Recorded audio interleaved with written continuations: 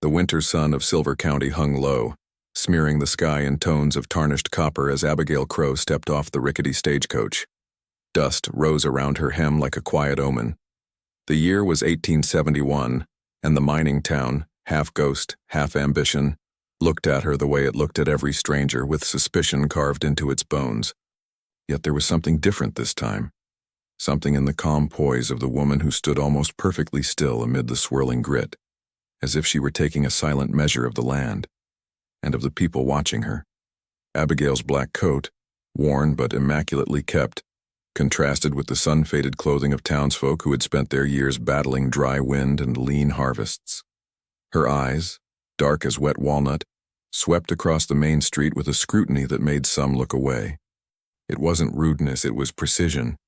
She observed Silver County as if she had already been here before, long before the first time her boots touched its earth. Across the street, the Harwood estate's carriage waited like a predator disguised in velvet. Its emblem, a silver hawk gripping a broken branch, gleamed on the side. The few who gathered wondered why a newcomer, a simple hired schoolteacher according to the telegram, merited a personal escort from Lord Nathaniel Harwood himself. Questions spread through whispers, parted like smoke by the turning wheels of curiosity. The driver, stiff-backed and stone-faced, greeted her with a formality usually reserved for visiting dignitaries. "Miss Crow," he said, dipping his hat. "The Lord is expecting you." Of course he was. Abigail simply nodded. As the carriage rolled out of the dusty street, the lumber mills on the outskirts groaned in the cold wind. Silver County was a place of worn-down wealth and rusted legacies, where the Harwood name carried the weight of an iron chain. Nathaniel Harwood had dominated these lands for decades, through legal might, through rumor, and through fear. His estate sat on the hill like a great brooding monument to the Old South, even though this was the far West, where people pretended the war hadn't left scars. The house appeared just as the last wash of light faded from the sky. Harwood Estate was not merely large, it was imposing, a relic of ambition forced upon wilderness. Brick chimneys clawed upward. Windows glinted like watchful eyes. Abigail studied it with the stillness of someone who had come to confront more than a building. Inside, warmth swelled from the hearth, carrying a scent of hickory and something floral. Lavender oil, faint but deliberate. Nathaniel Harwood entered the foyer with the dignity of a man accustomed to reverence. Tall, broad, dressed in a charcoal waistcoat that emphasized his disciplined posture, he looked like a figure carved from the very clay of American aristocracy. "Miss Crow," he said with a grave politeness, "welcome to my home." Abigail inclined her head. "Thank you for receiving me, Mr. Harwood." There was a fleeting flicker in his eyes, interest or perhaps recognition, though he had never met her. His sons lingered on the upper landing. Elliot, the eldest, stern and orderly. Samuel, the restless rebel. Peter, quiet as a shadow. And Thomas, barely a man, still learning the posture of adulthood. They watched the newcomer with varying degrees of curiosity. Abigail allowed her gaze to meet each of theirs, briefly, precisely, as though marking them in her mind. Dinner was a formal affair. The long table, set with imported china, glowed beneath the soft sheen of oil lamps. Abigail spoke little, answering politely when prompted, yet every word was measured. The brothers exchanged glances. About her accent that carried no place, about her poise, about the mysterious vacancy in her past. It unsettled them, although they couldn't explain why. Nathaniel carved the roast with slow authority. "Silver County has needed a proper educator for some time," he said. "Your arrival is fortunate." "Fortunes change, Mr. Harwood," Abigail replied quietly. Something in her tone, soft as silk yet sharp as iron, made the room still for a heartbeat. After the meal, the family dispersed, but Nathaniel lingered in the corridor as Abigail prepared to retire. His voice was low when he spoke again. "You carry yourself with remarkable confidence, Miss Crow, not a common trait in these parts." Abigail turned to him with a steady, unreadable gaze. "Confidence is often mistaken for something else." "And what is that?" he asked. She let a faint, inscrutable smile curve her lips. "Memory." For a moment, Nathaniel looked as though he had been struck by a thought he hadn't expected. An old recollection rising from somewhere he preferred it stayed buried. Before he could speak further, a gust of wind rattled the window panes and a distant door slammed somewhere in the manor. Abigail looked toward the dark hallway, her expression unchanged, though her eyes seemed to sharpen, as if she sensed that someone, had stirred at her arrival, or perhaps had been waiting. The morning mist clung to Harwood estate like a second skin, seeping into the cracks of old brick and aging timber. Abigail Crow walked the corridor with silent steps, her fingertips trailing along the wainscoting as if she were reading the house through touch alone. Every board seemed to murmur. Every draft felt intentional. Downstairs, the Harwood brothers gathered for breakfast with the stiffness of men trained to present a united front. Yet cracks between them were visible, hairline fractures that Abigail observed with clinical precision. Elliot Harwood, the eldest, sat at the head of the table in his father's absence. His posture was military straight, his presence cold and efficient, like a ledger brought to life. He was the heir, the one burdened with duty, the one who believed control was a virtue. Samuel lounged back in his chair with a smirk that never reached his eyes. A silver flask peeked from his vest pocket despite the early hour. His voice, when he spoke, was honey over broken glass. Peter barely spoke at all. His quietness wasn't shyness, but calculation. He observed everything, storing details with the care of a man who expected to use them later. Thomas, the youngest, stared openly at Abigail, with the awe of someone encountering something far beyond his understanding. Innocence clung to him like the last leaf in late autumn. "Miss Crow," Elliot said, folding his hands with excessive politeness, "I trust your accommodations are satisfactory." "They're more than adequate," she answered. "Your home is full of history." Peter's eyes flickered up at that. Some histories are better left where they lay. Abigail offered him a small, unreadable smile. "And others insist on rising." Samuel chuckled, low and humorless. "Careful, Miss Crow. People around here don't take kindly to digging." "I don't dig," she replied softly. "I observe." The room shifted almost imperceptibly. The brothers exchanged glances, as though she had touched a raw nerve none of them wanted exposed. Later that afternoon, Abigail visited the schoolhouse on the outskirts of town. The building was modest, leaning slightly as though the wind had worried it for decades. She walked among the desks, touching initials carved by generations of restless hands. Immigrant children, orphaned miners' sons, girls who would someday marry into families that pretended not to remember their origins. Silver County had a way of swallowing truth. The door creaked and Elliot appeared. He removed his hat with formal stiffness. "Miss Crow, I was riding nearby. Thought I'd see how you were settling in." She knew he was lying. Elliot Harwood never did anything without purpose. "It will serve its function," she said, "though it needs repairs. I'll send men tomorrow." He hesitated, a rare crack in his armor. "My father finds you intriguing. Does that trouble you?" Elliot's jaw tightened. "My father does not choose wisely when it comes to people. So I shouldn't trust him," she said, more statement than question. "I never said that. You didn't have to." She stepped past him, brushing the edge of his coat. Elliot froze, startled not by contact but by the unsettling sense that she had learned something new about him, simply by passing close enough to hear his breath. By dusk, the brothers were fracturing again. Samuel rode into town and didn't return until nightfall, half drunk and simmering with resentment. Peter disappeared into the library, slamming the door behind him. Thomas followed Abigail like a stray soul seeking warmth. Nathaniel, meanwhile, paced his study in long, anxious strides. He asked no questions, but his agitation betrayed him. It was as though Abigail's presence unearthed something he had buried long ago, something that threatened him more than he dared admit. At supper, the tension was so thick it altered the air. Abigail sat quietly, letting the family unravel itself. Samuel muttered about land disputes. Elliot snapped at him. Thomas asked a question and was ignored. Peter watched Abigail again as though looking for a seam in her facade. Then, without warning, Nathaniel slammed his fist on the table. Enough. Silence fell like snow. His gaze fixed on Abigail. Miss Crow, earlier today you mentioned history lingering in these walls. What precisely did you mean by that? She looked at him calmly. Only that houses remember what people forget. Nathaniel's hand twitched. A flicker of fear crossed his face, so swift none of the others noticed, but Abigail did. After the meal, she slipped outside onto the veranda.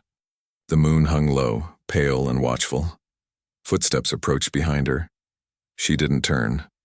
You shouldn't walk alone at night, Peter said quietly. People in this family, we don't always handle shadows well. Abigail let the cold air settle between them before responding. I'm not afraid of shadows, Mr. Harwood. A long pause. You should be, he whispered. There was something in his tone, not threat, not warning, but recognition, as if he sensed that the shadows in Harwood Estate were shifting, as if they had begun to shift the moment she arrived. Storm clouds pressed low over Silver County the next morning, casting the land in a pewter gloom that felt almost deliberate. On such days, the Harwood Estate seemed less a home and more a mausoleum of secrets, its long halls echoing with the memories no one dared speak aloud. Abigail Crow moved through the manor like someone who had already memorized its architecture. She walked not with curiosity, but with purpose. Every portrait she passed earned a fleeting glance, measured, discerning. The grim faces of Harwood ancestors stared down at her, their eyes painted with a pride that bordered on menace. In the east wing, she paused at an old landscape painting, a river, swollen with spring melt, cutting through dark pines. Something about it tugged at her, not because of its beauty, it had none, but because she recognized the bend in the river, the exact shape. She had seen it before, somewhere far from the polite confines of the Harwood Estate. Her fingers brushed the frame. Behind her, a soft cough. Thomas stood in the doorway, hair unkempt, face pale with some unspoken worry. I didn't mean to startle you, he said. You didn't, she replied. He stepped closer, hands twisting nervously. That painting, my father had it moved from the cellar a few months ago. He said it reminded him of something. I'm not sure what. Abigail's eyes remained fixed on the canvas. People often keep the things that haunt them. Thomas swallowed hard, unsure whether she referred to Nathaniel or to herself. Downstairs, voices erupted in the study. Elliot and Samuel again. Their arguments had grown more frequent, more venomous. Abigail drifted toward the raised tones, but not close enough to be seen. You think you can do as you please, Elliot hissed, as if the estate doesn't depend on discipline. Oh, spare me, Samuel shot back. You'd burn this place to the ground before admitting you're not fit to lead it. And you are? I'm not pretending to be perfect, unlike you. Silence, followed by the dull thud of fists slamming against furniture. The tension between the brothers had passed the point of rivalry. It had decayed into something darker, fed by guilt and desperation. Abigail stepped back into the shadows, unseen, unheard, but she carried their words as if collecting evidence. That night, Samuel didn't return for supper. Rumors drifted from town, a fistfight at the saloon, accusations about stolen land deeds, threats exchanged with a former ranch hand who'd disappeared years earlier. Abigail listened quietly as the servants whispered. She learned more in silence than most did in conversation. Later, she sought out the old barn behind the stables, a structure sagging under the weight of seasons. Lantern in hand, she pushed the creaking door open. Dust spiraled upward in silver flecks. The air smelled of hay, rot, and the faint memory of tobacco. Something had happened here. The boards gave off a heaviness she recognized, not with her eyes, but with that instinct sharpened by years of witnessing the unspoken cruelty of powerful men. She raised the lantern. There, on the far wall, dark stains, faded but unmistakable. Not paint, not spilled wine.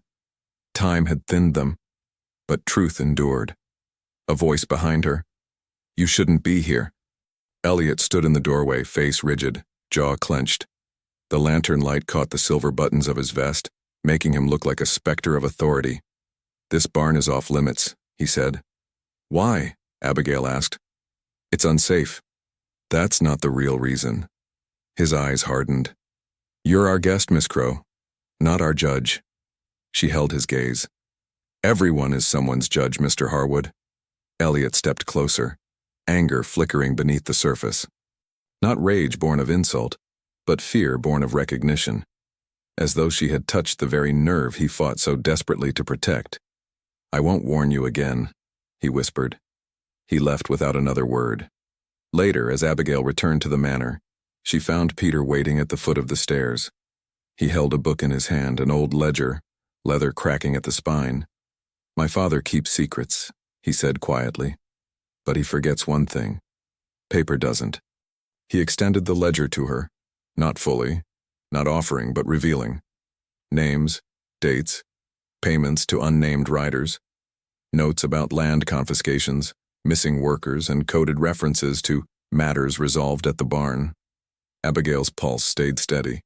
Only her eyes shifted, darkening with a quiet, dangerous clarity. Peter watched her closely.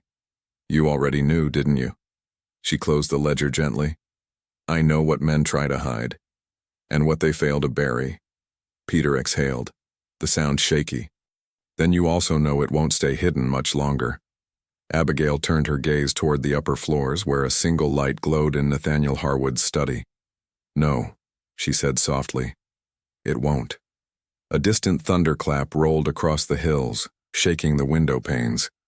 For an instant, every lamp in the house flickered, just enough to make it feel as though something in the walls had awoken, or remembered. Rain battered Silver County with an uncharacteristic ferocity, turning the dirt roads into rivers of gray sludge. The storm felt less like weather and more like a reckoning, something that had been building long before Abigail Crow ever stepped foot in the county. Inside Harwood Estate, the shadows lengthened, thickened, grew bold. Abigail walked through the dim corridors as if guided by an unseen thread. Her presence no longer went unnoticed. It agitated the very air. Servants avoided her gaze. The brothers whispered when she passed, and Nathaniel Harwood, the lord of this troubled manor, had begun locking his study door even when he was inside. That morning, Thomas approached Abigail with trembling hands wrapped around a folded letter. His voice shook.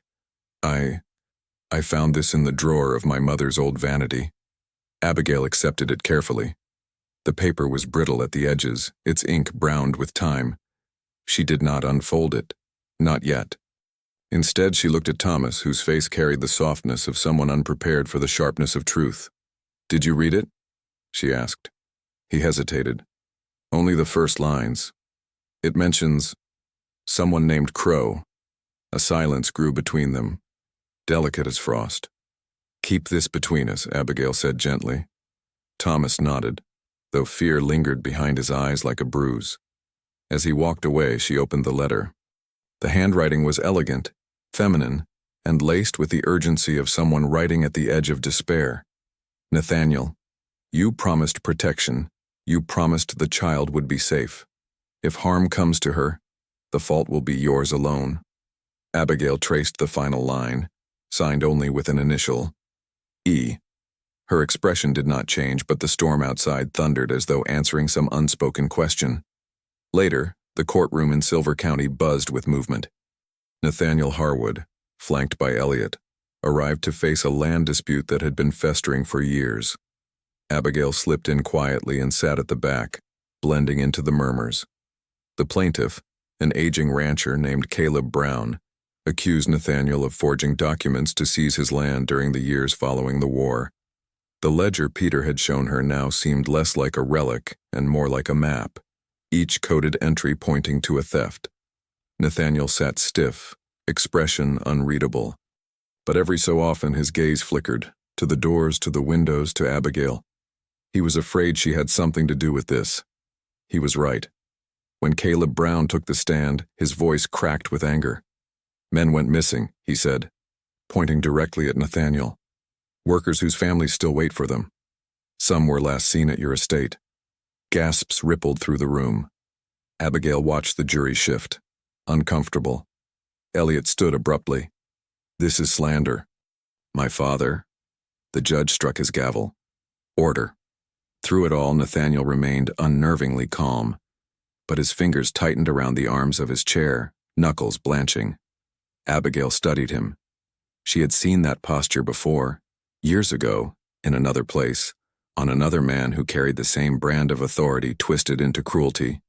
And then, a memory surfaced, a doorway, a lantern, a cry swallowed by darkness. She steadied her breath. After the hearing adjourned, Elliot confronted her outside beneath the dripping courthouse eaves. "You think you know what happened here?" he snapped. "I do know," Abigail said. "And soon, so will everyone else."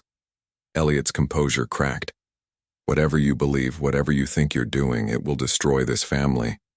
Abigail stepped closer, close enough for him to see the storm reflected in her eyes. "Some houses are meant to fall, Elliot." He recoiled, shaken not by her words but by the certainty behind them. Back at the estate, Samuel returned in a rage. Mud spattered his boots, liquor clouded his breath. He stormed into the dining room shouting accusations at his father, about debts, about missing money, about a promise Nathaniel had broken long ago. Nathaniel answered with cold silence.